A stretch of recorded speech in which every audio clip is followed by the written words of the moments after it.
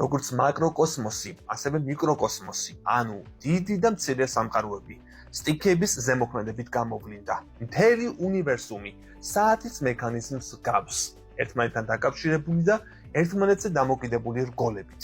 თავად ღვთაების, როგორც უმაღლესი ძალის ცნება, ასევე შეგვიძლია დავყოთ სხვადასხვა სტიქიებად.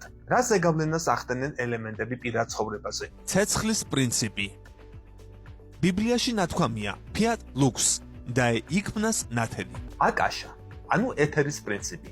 ელემენტთა გამოვლინების მიზეზია. აღმოსავლური ტექსტების თანახმად, პირველი ელემენტი, რომელიც ეთერიდან გაჩნდა, იყო ტეჯასი, ცეცხლის პრინციპი.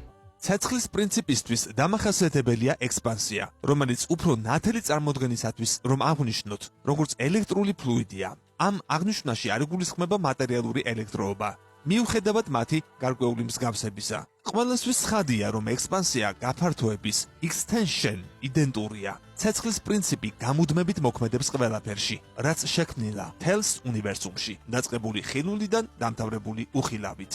წყლის პრინციპი. ეს ელემენტი ისევე როგორც ცეცხლი, გაჩნდა აკაშასგან, ეთერის პრინციპისგან. ცეცხლთან შედარებით მას გააჩნია საპირისპირო თვისებები. სახელდობ, მისი ძირითადი თვისებებია სიცივე და შეკუმშვა. აქაც ასევე საუბარია ორ პოლუსზე. რადგანაც ამ ელემენტის ძირითადი თვისება შეკუმშვა და შემცირება, მისგან მომდინარეობს მაგნიტური ფლუიდი. წყალი, ისევე როგორც ცეცხლი, ყველა სფეროში მოქმედებს. ქმნილების კანონების მიხედვით ცეცხლის პრინციპი ვერ იარსებებდა, თუკი თავის თავში არ მოიცავდა საპირისპირო პოლუსს, წყლის პრინციპს. ცეცხლი და წყალი ეს ის ძირითადი ელემენტებია, რომლებისგანაც ყველაფერი შეიქმნა. ჰაერის პრინციპი. განდობილები განიხილავენ ამ პრინციპს არა როგორც რეალურ ელემენტს, არამედ ათავსებენ მას ცეცხლისა და წყლის პრინციპებს შორის, ისე, რომ ჰაერის პრინციპი ცეცხლისა და წყლის აქტიურ და პასიურ ზემოქმედებებს შორის მყოფი ერთგვარი მედიუმის როლს ასრულებს და ნეიტრალურ წონასწორობას ქმნის. ისინი ასევე ანიჭებენ ჰაერის პრინციპს ორ პოლარობას. სახელდობრ, პოზიტიური ზეგავლენისას ცხოველმყოფელ, ხოლო ნეგატიურის შემთხვევაში გამონადგურებელ პოლარობას.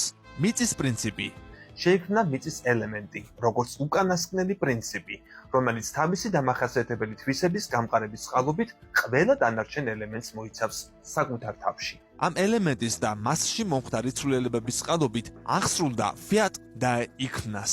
ნებისმიერი მეცნიერება შეიძლება გამოყენებული იქნას კეთილი ან ბოროტი მიზნებით. მაგალითად, დანა შეგვიძლია გამოვიყენოთ როგორც პურის დასაჭრელად, ასევე მკვლელობის იარაღად.